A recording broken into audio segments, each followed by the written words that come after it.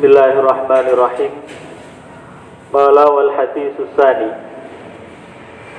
Qala wal hadisulan utai hadis asani kang kaping pindho. Ajaza iku aweh ijazah. Ni ingsun al alamatu sapa wong kang banget alime as-sayyidu kang dadi sayyid. Ahmadu al-Mursafi al-Misri rupane Sayyid Ahmad al-Mursafi al-Misri kang bangsa Mesir. Ba'da an ajaza ing dalem sakwuse yen to aweh ijazah ni ing ingsun bihi kelawan hadis as-sayyidu Abdul Wahhab bin Ahmad Farahat rupane Sayyid Abdul Wahhab bin Ahmad Farahat as-Safi'i kang bangsa Safi'i an masayihi saking pira-pira gurune Sayyid Abdul Wahhab bin Ahmad Farahat musalsalan hale rupa hadis musalsal bil awaliyati kelawan bangsa awaliyah bangsa kawitan ila Abdullah bin Amr bin al-Asi marang sahabat Abdullah bin Amr bin As anin Nabi saking Kanjeng Nabi sallallahu alaihi wasallam ngriwayatno annahu ing setuhune Kanjeng Nabi qala iku ngendika sapa Kanjeng Nabi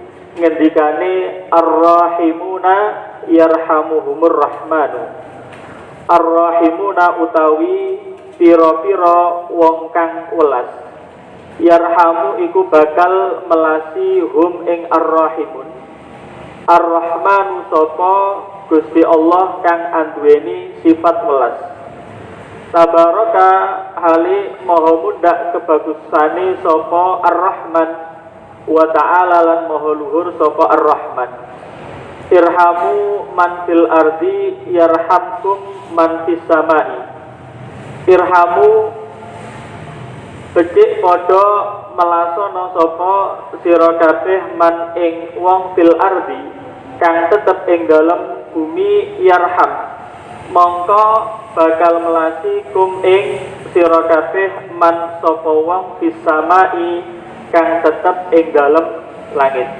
fis samai kang tetep ing dalem langit. Jadi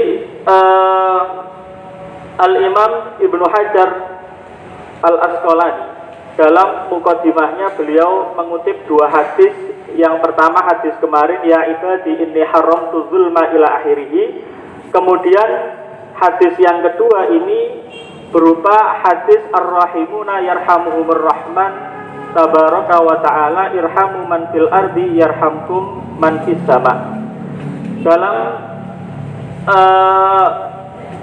tradisi ilmu mustalah hadis atau dalam tradisi periwayatan hadis kita di situ dijelaskan oleh para ulama bahwasanya ada dalam sebuah hadis itu namanya hadis musalsal. Jadi hadis musalsal itu hadis yang di situ diriwayatkan oleh para perawi hadis secara berurutan dengan sifat atau keadaan yang tertentu. Maka kemudian dalam ilmu hadis kita mengenal namanya hadis ada musalsal bil awaliyah, ada musalsal masalan bil musafahah, ada musalsal bi qabdil lihyah. Itu adalah sifat-sifat dan keadaan tertentu ketika meriwayatkan hadis. Lah hadis yang diriwayatkan oleh sahabat Abdullah bin Amr bin As ini kita sebut dengan hadis musalsal bil awaliyah. Kenapa? Karena ketika seorang perawi hadis itu meriwayatkan hadis ini pasti beliau dalam periwayatan sanadnya ada terselip kata-kata wa huwa awwalu hadisin sami'tuhu minhu. Ini adalah hadis yang pertama kali aku riwayatkan dari Syekh Fulan. Masalah saya beri satu contoh. Saya itu pernah dapat sanad hadis musalsal bil awaliyah dari beliau Habib Salim bin Abdullah bin Umar Asyatiri. Beliau mempunyai sekian banyak sanad musalsal bil awaliyah. Salah satunya dari guru beliau Said Alwi bin Abbas Al-Maliki, kemudian dari beliau Syekh Yasin bin Isa Al-Fadani.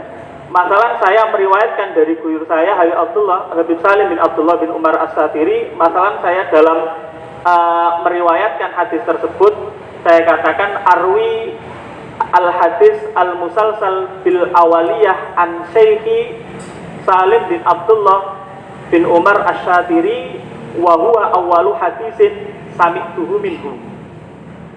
Kemudian wa huwa yarwi an Syekhihi As-Sayyid Alwi bin Abbas al-Maliki wa huwa awwalu hadisin sami'ahu minhu. Ini cara bagaimana kita meriwayatkan hadis musalsal bil awaliyah.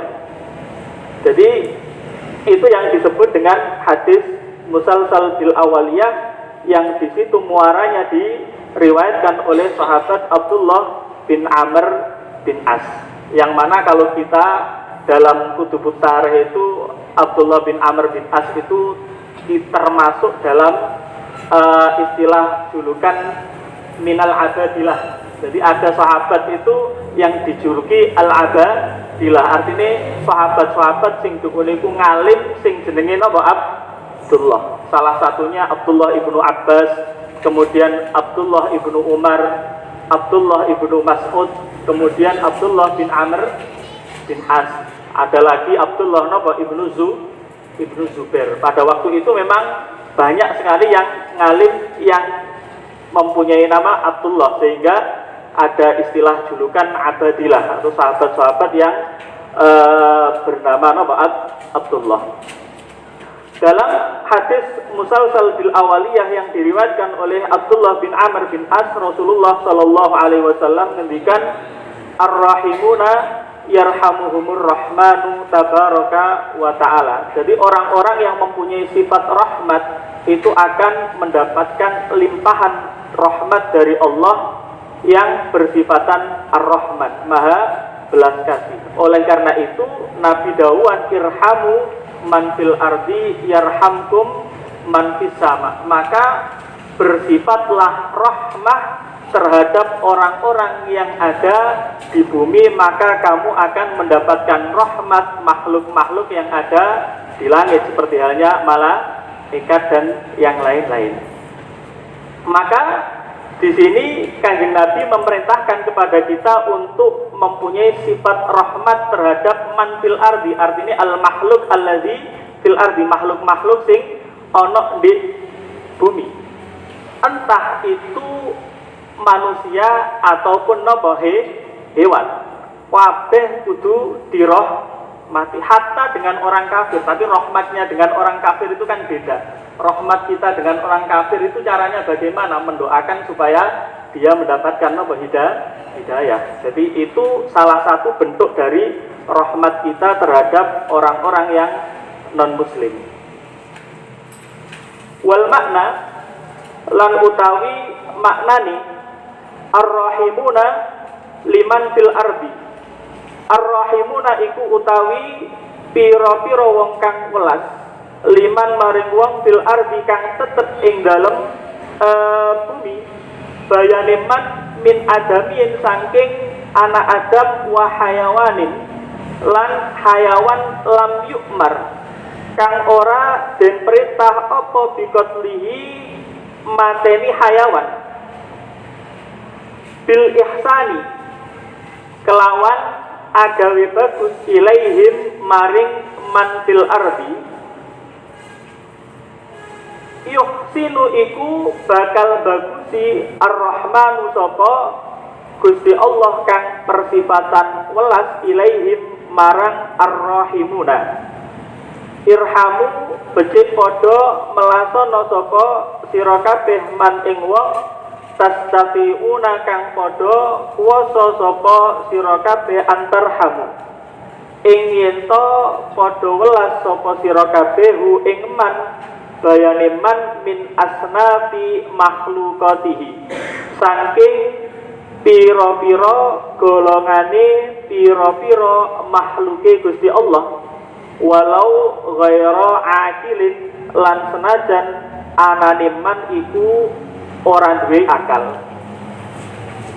Disafakoti rahmat mau dalam bentuk apa? Bisafaqati kelawan melasi alaihim ing atase man wa du'aihim lan dongaaken man fil ardi wa du'aikum lan dongaaken sira kabeh lahum maring man fil ardi dongakno fir rahmati kelawan welas wal maghfirati lan pangapurane Gusti Allah.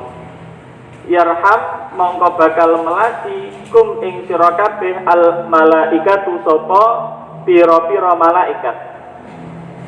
Wa manan utawi zat man ini Gusti Allah. Jadi wa manan utawi zat rahmatu kang utawi rahmate man amatun iku tumrambah li ahli samai maring penduduke langit allazina rupane wong akeh hum kang utawi allazina aktaru iku luweh akeh min ahlil ardi tinimbang sangging penduduke bumi. Jadi arti dari hadis ar-rahimuna yarhamuhumur rahman bahwa orang-orang yang di situ mempunyai sifat rahmah, sifat welas asih marang wong sing atau makhluk sing ana nuk bumi. Min adamiyin wa hayawanin, meliputi hayawan atau manusia dan juga hayawan. Lam yukmar biqatlihi, sing ora diperintah untuk napa dibunuh dengan cara berbuat baik kepada mereka, dengan cara mendoakan mereka supaya mendapatkan napa rahmat dan maghfirah dari napa Allah, maka orang tersebut akan mendapat rahmati Allah dan juga rahmati para penduduk nobola, penduduk langit. Tapi kemudian Mbah Nawawi beliau dawanya gini, istirhamu man tastati'una an tarhamuhu min asnafi makhlukatihi.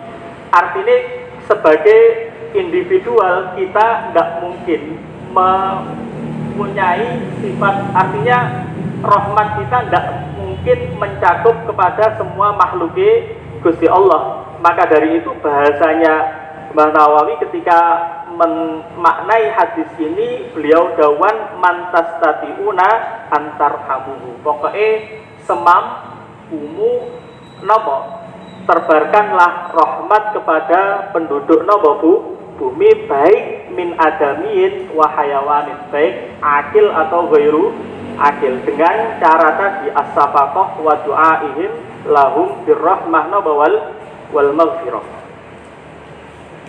Tapi ada kata-kata yang mungkin sedikit perlu penjelasan sedikit. Tadi ada kata-kata wa hayawanun lam yu'mar biqatlihi, sing nduk koneku oleh Kanjeng Nabi tidak dilegalkan untuk dibunuh.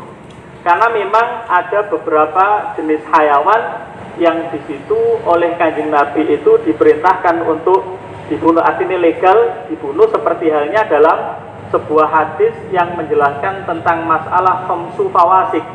Ada 5 hayawan yang di situ oleh Nabi disebut dengan hayawan yang fasik. Salah satunya masalah pakroh, tikus, kemudian al-akrab, kalajengking, hidaah, burung elang, kemudian kalbun akur, anjing yang nopo galak, dan seterusnya. Itu yu'maru biqat lihim fil hilli wal haram, baik di tanah halal maupun nopo di tanah haram.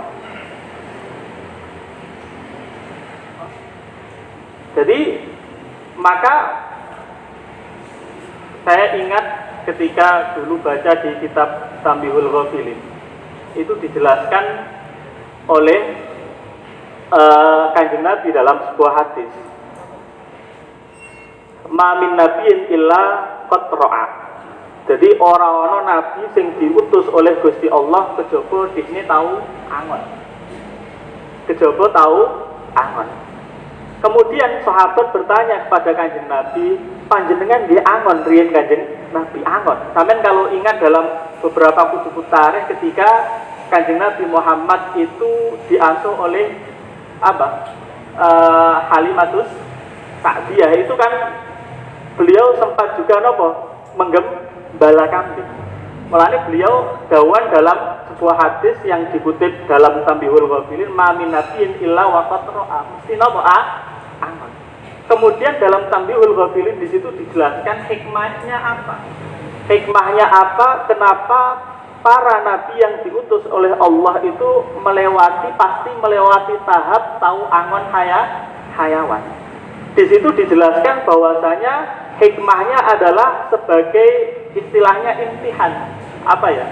Sebagai uji coba Allah kepada calon-calon para nabi supaya nantinya mereka terbiasa mempunyai sifat rahmah diawali dari hayawan yang digembala. Nek wis lulus baru di situ nantinya kemudian diangkat oleh Allah menjadi nabi. Ini istilahnya ujiannya para nabi. Pertama itu dikon angon dhisik. Pertama dikon angon dhisik.